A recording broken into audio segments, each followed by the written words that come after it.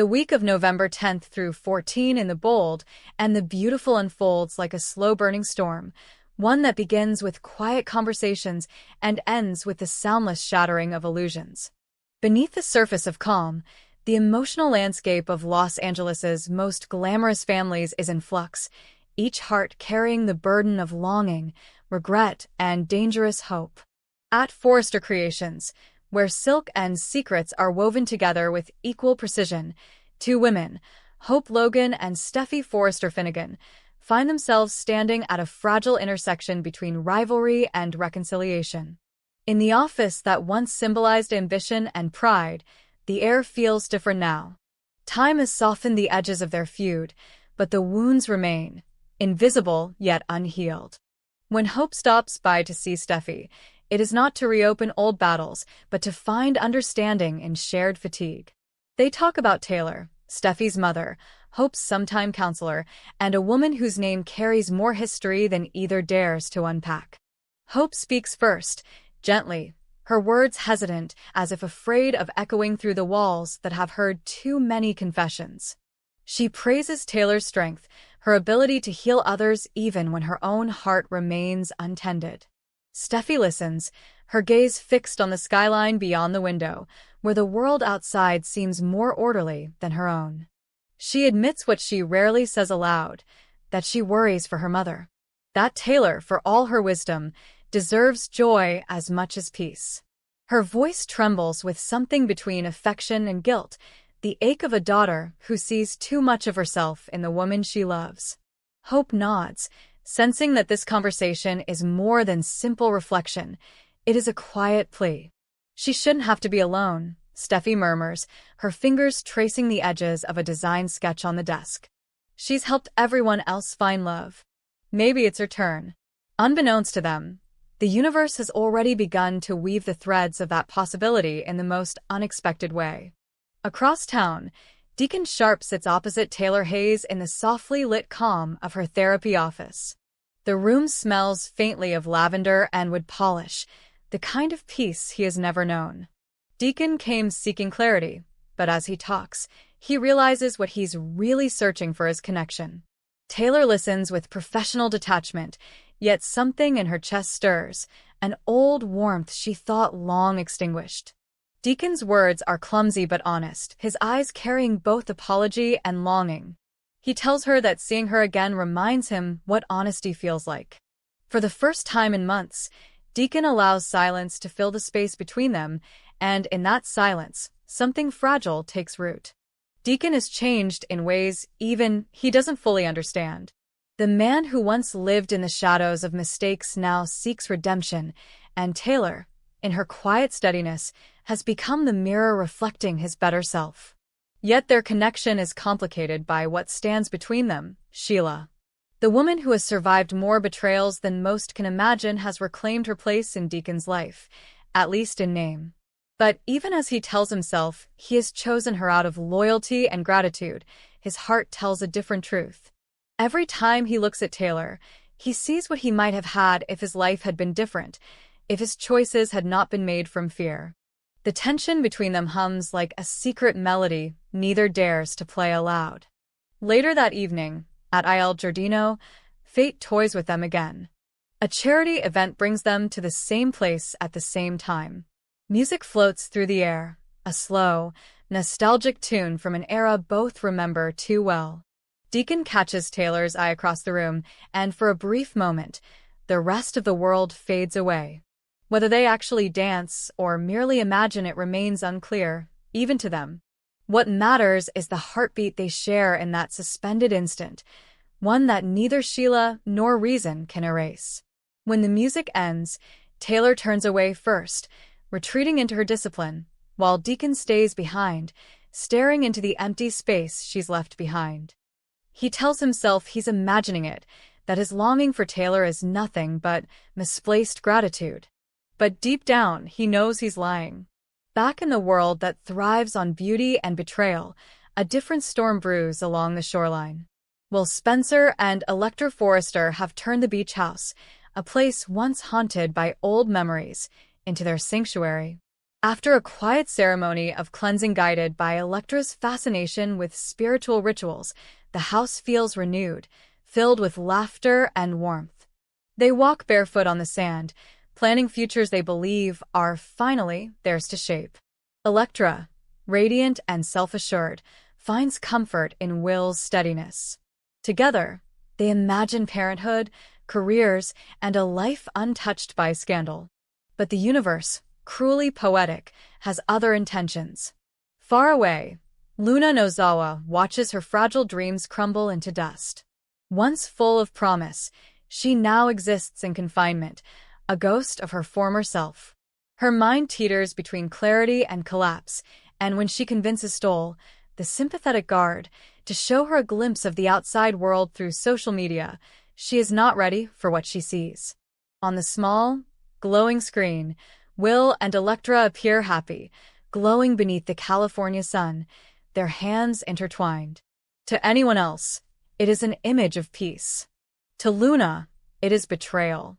The man she once believed was bound to her by destiny now belongs to someone else, and the realization shatters her fragile restraint.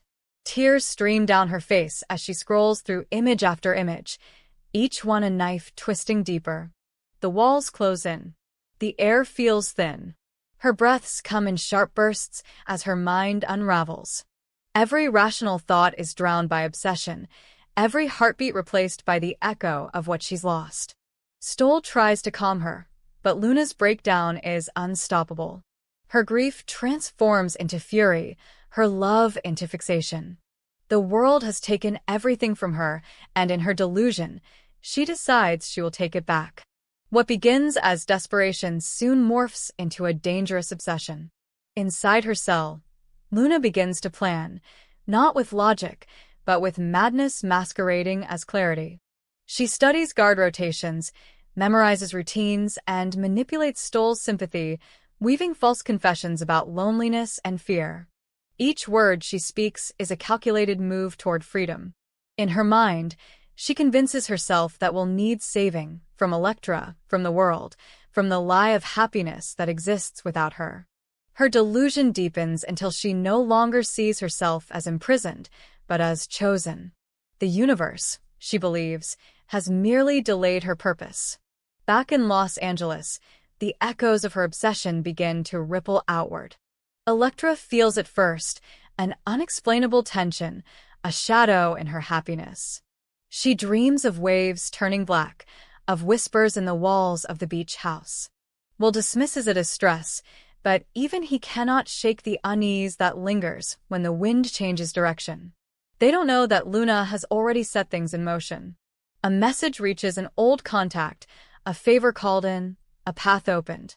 The system that once held her begins to bend under her manipulation, and soon, her name reappears where it shouldn't, on parole documents, on digital clearance forms, on lists she was never meant to touch.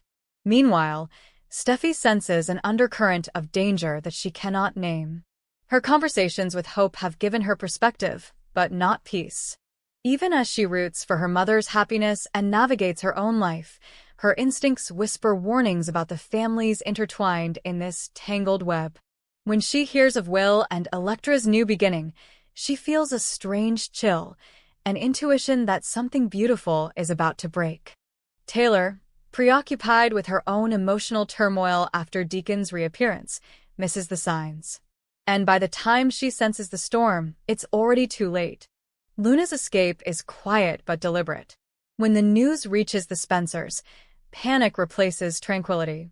The headlines spread quickly. Inmate missing from state facility, emotional breakdown linked to Spencer family. Will feels the ground shift beneath him as he realizes the past he thought was buried has found its way back. Electra tries to stay calm, insisting that Luna is broken, not dangerous. But beneath her confidence lies fear. She knows obsession when she sees it. She has felt its weight in her own family history. She begins locking doors, checking shadows, waiting for a ghost that refuses to stay dead. As Luna moves through the city, her reality fractures further. She follows Will from a distance, memorizing his habits, whispering apologies to no one. She believes she can fix everything if he just listens, if he just remembers. Her madness is no longer hidden. It bleeds through every step, every breath. The audience knows it's only a matter of time before tragedy strikes. The beach house, once a symbol of new beginnings, becomes the stage for confrontation. On a moonlit night, when the tide rises and the world feels suspended, Luna finally arrives. The sea crashes violently against the rocks, mirroring the chaos in her heart. Inside, Will and Electra sit close, unaware of the presence lurking just beyond the glass.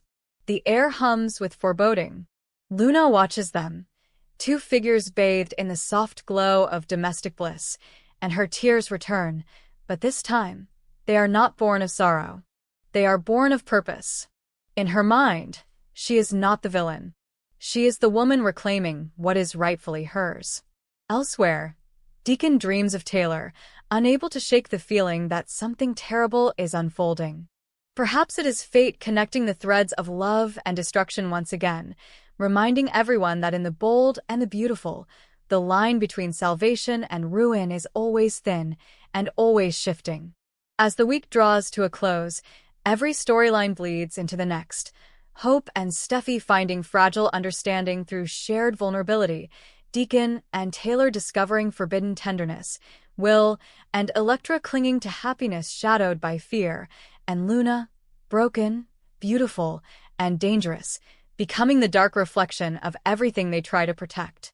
The question that hovers over them all is not who will survive, but what love will cost when obsession, guilt, and fate finally collide. Because in this world, every heart that dares to love must also learn to bleed. And as the waves crash against the beach house that once symbolized peace, one truth becomes undeniable. Nothing in Los Angeles stays buried forever. The truth, when it finally began to surface, did not roar. It whispered, insidious and persistent, until no one could ignore it. Lee had always believed in discipline, in control, in the clean lines between right and wrong. But as she stared at Luna's medical records, cross-referenced with sealed files and falsified testimonies, those lines blurred into something far darker. Luna was not the monster the world believed her to be. She was, in ways that chilled Lee to the bone, a product, a living creation molded by hands that profited from her ruin. For years, Lee had buried the guilt of disowning blood, convincing herself it was for moral integrity. Now she faced a deeper corruption, one that reached into the veins of both her family and the empire she had pledged to protect. Finn found her sitting in her office long after midnight, the light from the computer screen cutting sharp shadows across her face. He had seen his mother angry, even unyielding, but never like this. The rage in her eyes was not impulsive. It was deliberate, cold, and edged with heartbreak. She was manipulated, Lee whispered, almost to herself. The evidence was rewritten. Someone made her into a scapegoat. The words hung between them like smoke. Finn, still struggling to reconcile his loyalty to Steffi with his unresolved compassion for Luna, felt the walls closing in. The woman they had condemned might not have been guilty after all. At first, he wanted to believe it was a misunderstanding, that Lee was reading too deeply into fragmented data. But the more he investigated, the more the pieces fit together. Patterns emerged, donations from unknown accounts, medical reports altered under corporate confidentiality, legal testimonies changed by people suddenly promoted or silenced. It pointed to something larger, a machine that turned guilt into currency. The fashion world's pristine veneer had always been built on secrets, but this was systemic manipulation disguised as justice. Someone had orchestrated Luna's downfall to bury a scandal that could destroy a powerful name, perhaps even one tied to the Forrester or Spencer empires. Steffi resisted at first. She had fought too long to keep Sheila's shadow away from her family, too long to preserve the fragile peace between truth and survival. To reopen Luna's case meant reopening every wound that had nearly torn her marriage apart. "If we start this," she told Finn, her voice trembling, "there's no way back. The media will devour us. The hospital, Forrester, everything. It'll all burn." But Finn, standing between the woman he loved and the mother who had raised him, could not silence the voice in his conscience. If Luna was used, he said, then she's not the villain. And if she's not, then who is? Lee had already begun her own investigation, quietly using hospital resources, calling in old favors, risking her license with every keystroke. What she uncovered went beyond anything she imagined. A hidden file buried deep in the archives revealed that Luna's psychiatric evaluation, the one that justified her confinement, had been signed off by a doctor who never existed. Another record showed that the pharmaceutical division of a luxury conglomerate, one with ties to Spencer and Forrester interests, had funded the facility that held Luna. Each new discovery tightened the knot around Lee's heart. It wasn't just corruption, it was orchestration. Someone had designed Luna's madness to protect their empire's image. As Lee pieced it together, she began to understand the unspoken truth about their world. In Los Angeles, reputation was currency and human lives were expendable. The deeper she dug, the more she realized that uncovering the truth would destroy everything she had built: her career, her son's marriage, even her own moral standing. But to stay silent would mean letting Luna rot for sins that weren't hers. "If I don't do this," she told Finn quietly, "then everything I've ever taught you about integrity was a lie." Steffi's nights became sleepless. She watched Finn change, his compassion turning into obsession, his kindness into quiet defiance. He was no longer the man who sought peace.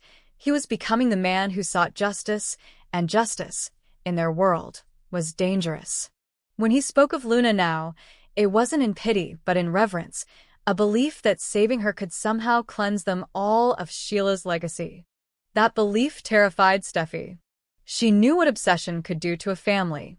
She had lived it through generations, through Ridge's pride, Brooke's longing, and her own battle with forgiveness. But when she tried to stop Finn, when she begged him to let it go, he looked at her with a kind of heartbreak that made her realize she was already losing him to something larger than either of them. Meanwhile, Lee's conscience began to fracture under the weight of secrecy. The hospital board warned her against pursuing sensitive historical cases. Spencer lawyers sent thinly veiled threats, reminding her that defamation could ruin her career. Bill, ever the businessman, approached her privately with an offer to handle things quietly. His tone was soft, but his eyes were sharp, calculating. "You don't want to destroy your family over something you can't prove," he said.